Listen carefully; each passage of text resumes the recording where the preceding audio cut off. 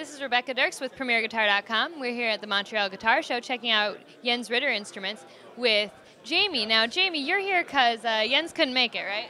Yeah, unfortunately, Jens had an accident where he was touring a winery and a little accident on the ATVs and broke his arm. His right arm was shattered. The first doctors told him he wouldn't build instruments again.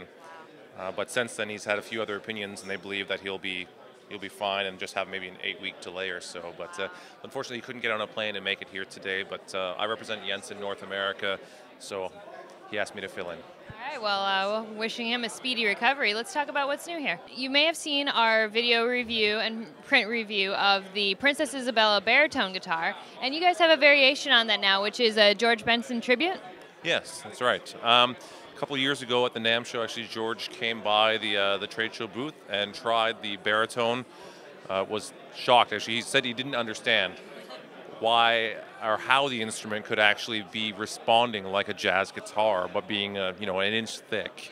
And it has to do with what you covered before, the fact that the bridge is actually hollowed underneath and is sort of floating there, and the tailpiece as well is not actually touching the body, really, except at the back. You can see here it's only attached to the back, and it's handcrafted by a jeweler here so that it's suspended, and it's actually quite a flexible steel.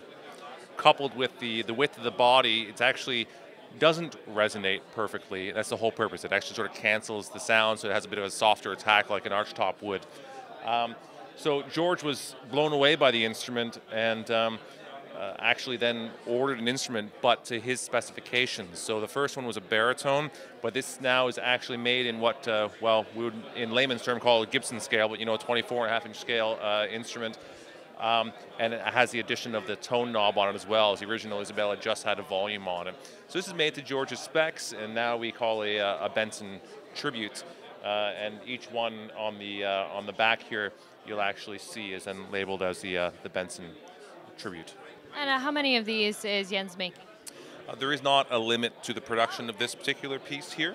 There have been a number of them made, and there's a few floating around the U.S. if you're lucky enough to find one. But of course, they're always available for orders. That's really Jens's primary thing, is working directly with people on their specifications to find what they want. As a matter of fact, the instruments here at this particular table are great examples of that. The one to my left here, called the Cora, was actually made specifically for Josh Dunham, who's Prince's bass player, named after his wife, Cora, who's Prince's drummer. Actually, it's a husband and wife duo, right? This here, again, was a variation on Jens's famous Roya design, but as you can see, is a little thicker in design overall as from the Cora. The neck profile is slightly different. It's 4 controls as opposed to 5 controls and no splitters and such. Again, that's just what Josh wanted with this one. It's an alder body and a maple neck on this one as well. Whereas Jens worked with many different woods, but that's not hasn't been typical for him to work with those particular woods. And then to the far right here, we have a new bass that was just made for Lamarquis Jefferson, who's best known as his production work with Usher. It's Usher's producer. We call this the Bone for obvious reasons. As you can see, it has very much a look of bone. Everything has this bit of a frosted coating on it. A stunning instrument, and again is made to the specifications of Lamarquis Jefferson and what he wanted in the instrument.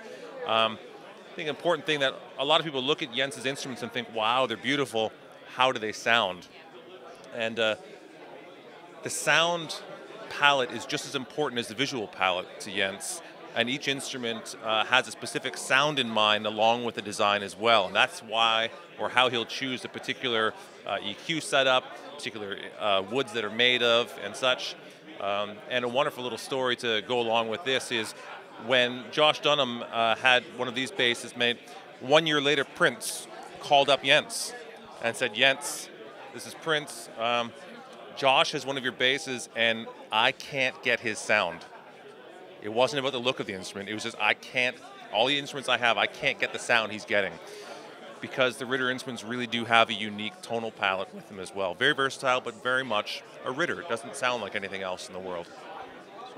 Well, thank you very much for taking some time to show us what's new with Ritter instruments. If people want to learn more, where can they go online? they can go to ritterinstruments.com. Thank you very much. Thank you, Rebecca. This is Rebecca Dirks for PremierGuitar.com.